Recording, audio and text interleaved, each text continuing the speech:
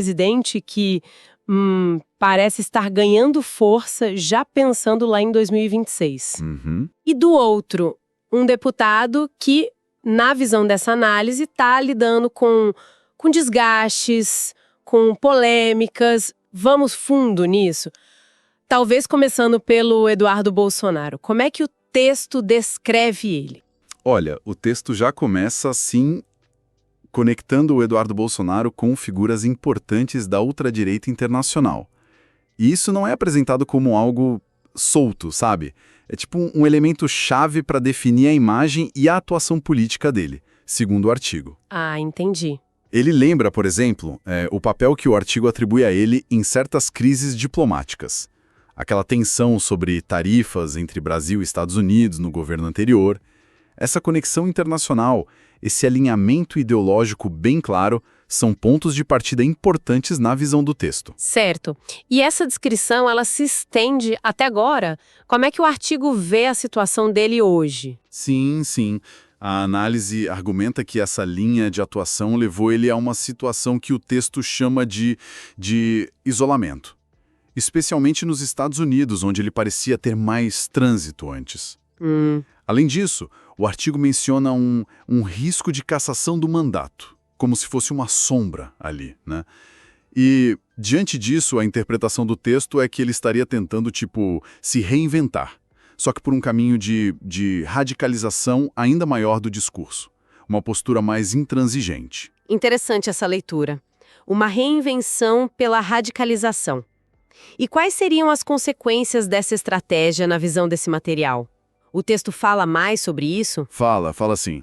A tese principal do artigo nesse ponto é que essa postura, ao invés de fortalecer, estaria, na verdade, afastando ele de possíveis aliados, sabe? E, como resultado, diminuindo a base de apoio político dele.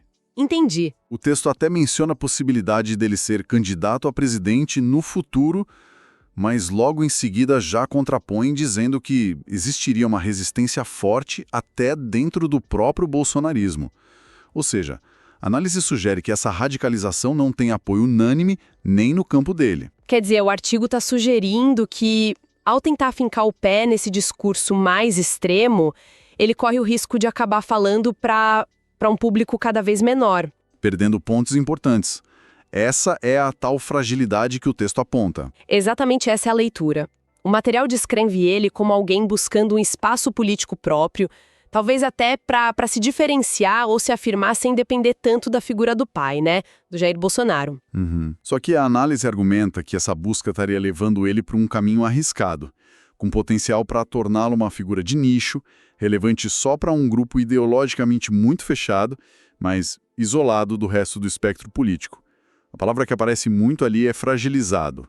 Fica bem claro o cenário que o artigo desenha para o Eduardo Bolsonaro, então. Uma aposta na radicalização que, segundo essa análise específica, resulta em isolamento, em dificuldade de articulação. Agora, vamos virar a página e ver como esse mesmo artigo descreve a situação do presidente Lula.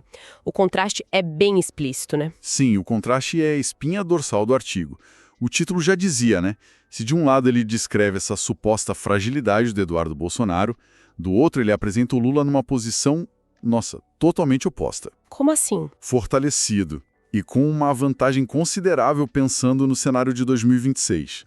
O texto até usa uma citação que ele atribui ao deputado Hugo Mota, que teria dito que o presidente já estaria vivendo um processo de reeleição quase natural. Essa é a imagem central que o artigo constrói sobre o Lula. Processos de reeleição natural?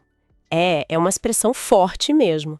E o que o artigo aponta como base para essa percepção de força, de favoritismo? Que elementos ele usa para sustentar essa visão? O texto lista alguns fatores.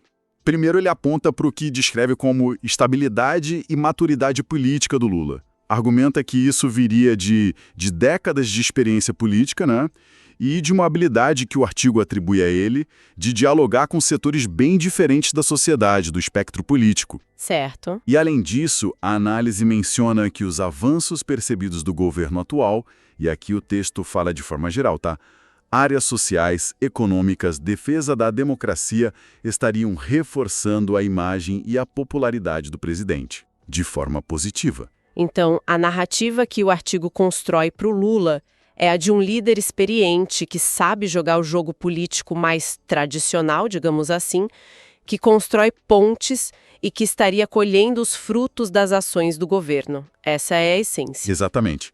Enquanto a descrição do Eduardo Bolsonaro foca muito nessas associações internacionais com a ultradireita e numa suposta aposta na ruptura, a descrição do Lula se concentra mais na trajetória interna dele, na capacidade de articulação aqui dentro e nos resultados concretos, ou pelo menos percebidos, da administração. Uhum. O artigo retrata o Lula como alguém que demonstra habilidade em construir consensos, em manter uma conexão com a população, e com base nesses elementos, a fonte o coloca como franco favorito para uma eventual quarta vitória presidencial. É fascinante como a análise usa essa comparação direta para criar narrativas tão diferentes, né?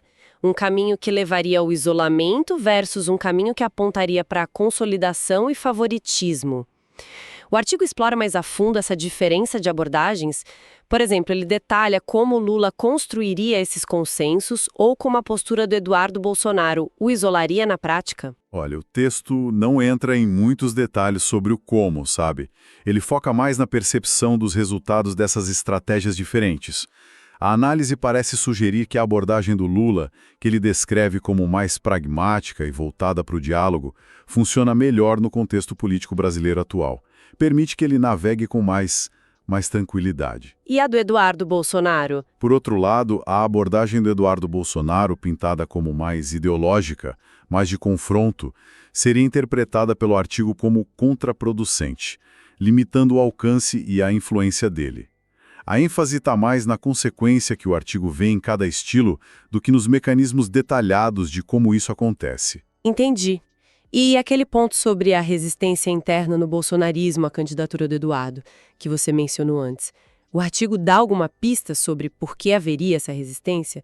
Seria por discordância ideológica, estratégica, ou uma questão de achar que ele não seria viável eleitoralmente? O artigo não aprofunda muito nas razões dessa resistência interna, não. Ele só menciona isso como um fator que complicaria um projeto presidencial do Eduardo Bolsonaro. Ah, tá. A menção serve mais dentro da lógica do texto para reforçar a tese do isolamento, da fragilidade, né? Sugere que, mesmo entre aqueles que têm uma visão de mundo parecida, a figura dele não seria um consenso para liderar um projeto maior. Isso, na leitura do artigo, contrasta com a posição do Lula, que é apresentado como uma figura mais consolidada dentro do próprio campo e com capacidade de atrair apoios para além dele. E voltando um pouco na figura do Lula, essa ideia de maturidade política que o artigo destaca. Isso é apresentado como um trunfo específico para o momento atual. Quer dizer, o texto sugere que essa característica é particularmente valorizada agora, talvez em oposição a estilos mais disruptivos. Parece que sim, viu? A forma como o texto contrasta a experiência e a capacidade de diálogo do Lula com a radicalização e o isolamento que ele atribui ao Eduardo Bolsonaro, isso sugere que a análise valoriza essas características mais tradicionais da política como vantajosas no cenário pós-eleição de 2022.